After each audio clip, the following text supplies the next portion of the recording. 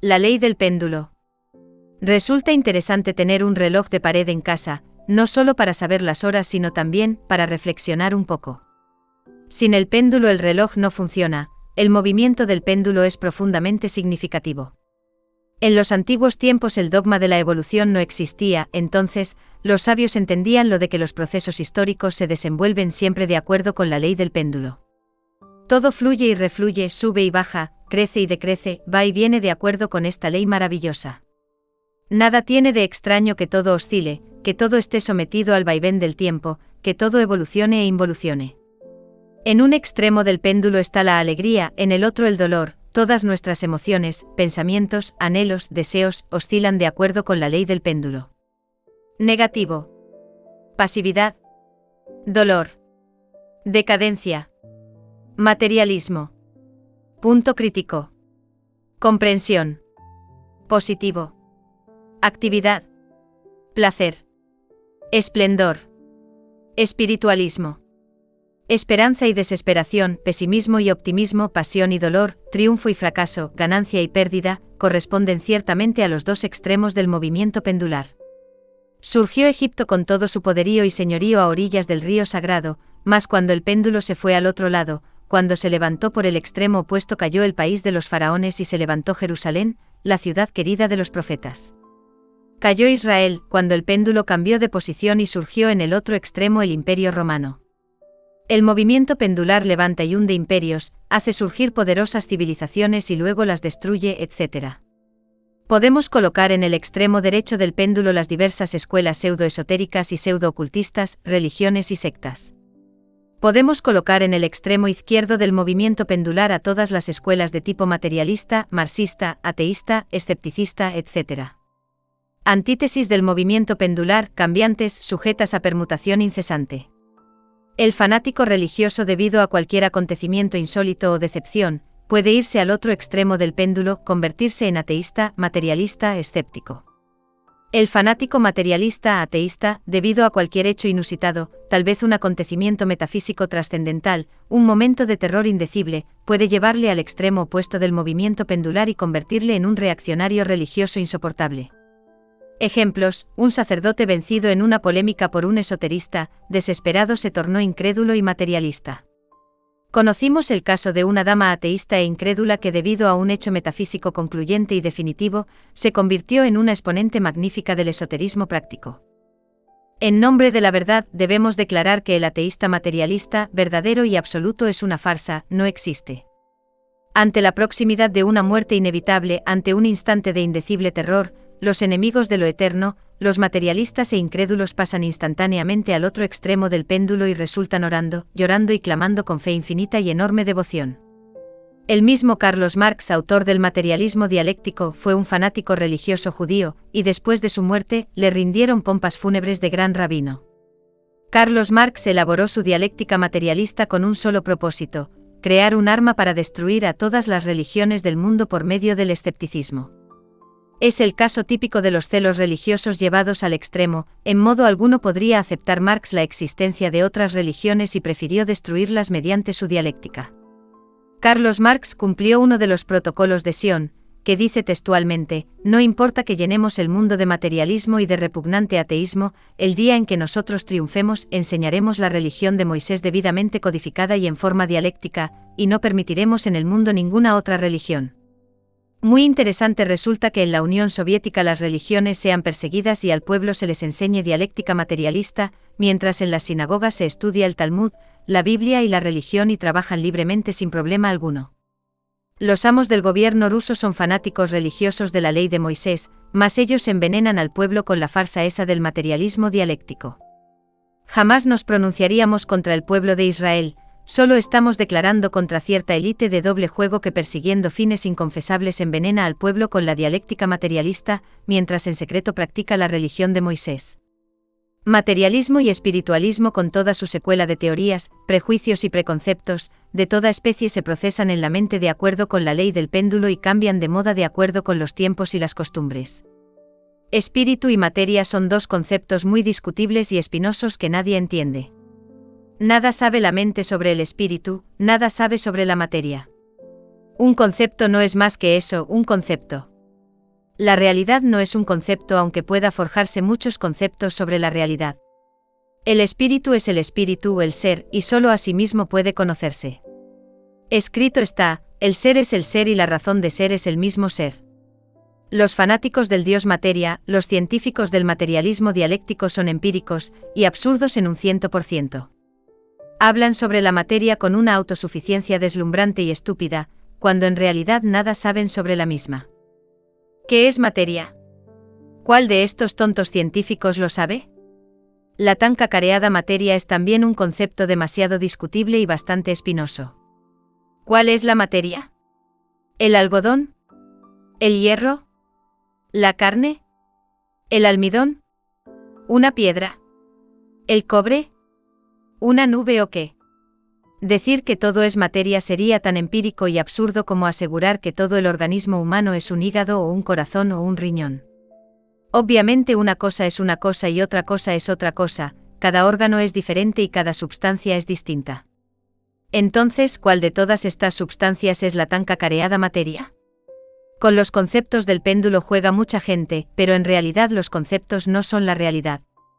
La mente solamente conoce formas ilusorias de la naturaleza, pero nada sabe sobre la verdad contenida en tales formas. Las teorías pasan de moda con el tiempo y con los años, y lo que uno aprendió en la escuela resulta que después ya no sirve. Conclusión: nadie sabe nada. Los conceptos de la extrema derecha o de la extrema izquierda del péndulo pasan como las modas de las mujeres. Todos esos son procesos de la mente, cosas que suceden en la superficie del entendimiento, tonterías, vanidades del intelecto. A cualquier disciplina psicológica se le opone otra disciplina, a cualquier proceso psicológico lógicamente estructurado se le opone otro semejante, y después de todo, ¿qué? Lo real, la verdad, es lo que nos interesa, mas esto no es cuestión del péndulo, no se encuentra entre el vaivén de las teorías y creencias. La verdad es lo desconocido de instante en instante, de momento en momento. La verdad está en el centro del péndulo, no en la extrema derecha y tampoco en la extrema izquierda. Cuando a Jesús le preguntaron, ¿qué es la verdad?, guardó un profundo silencio. Y cuando al Buda le hicieron la misma pregunta, dio la espalda y se retiró. La verdad no es cuestión de opiniones, ni de teorías, ni de prejuicios de extrema derecha o de extrema izquierda. El concepto que la mente puede forjarse sobre la verdad, jamás es la verdad. La idea que el entendimiento tenga sobre la verdad nunca es la verdad. La opinión que tengamos sobre la verdad, por muy respetable que ella sea, en modo alguno es la verdad. Ni las corrientes espiritualistas ni sus oponentes materialistas pueden conducirnos jamás a la verdad. La verdad es algo que debe ser experimentado en forma directa, como cuando uno mete el dedo en el fuego y se quema, o como cuando uno traga agua y se ahoga. El centro del péndulo está dentro de nosotros mismos y es allí donde debemos descubrir y experimentar en forma directa lo real, la verdad. Necesitamos autoexplorarnos directamente para autodescubrirnos y conocernos profundamente a sí mismos. La experiencia de la verdad solo adviene cuando hemos eliminado los elementos indeseables que en su conjunto constituyen el mí mismo. Solo eliminando el error viene la verdad. Solo desintegrando el yo mismo, mis errores, mis perjuicios y temores, mis pasiones y deseos, creencias y fornicaciones, encastillamientos intelectuales y autosuficiencias de toda especie, adviene a nosotros la experiencia de lo real. La verdad nada tiene que ver con lo que se haya dicho o dejado de decir, con lo que se haya escrito o dejado de escribir, ella solamente adviene a nosotros cuando el mí mismo ha muerto. La mente no puede buscar la verdad porque no la conoce. La mente no puede reconocer la verdad porque jamás la ha conocido. La verdad adviene a nosotros en forma espontánea cuando hemos eliminado todos los elementos indeseables que constituyen el mí mismo, el yo mismo.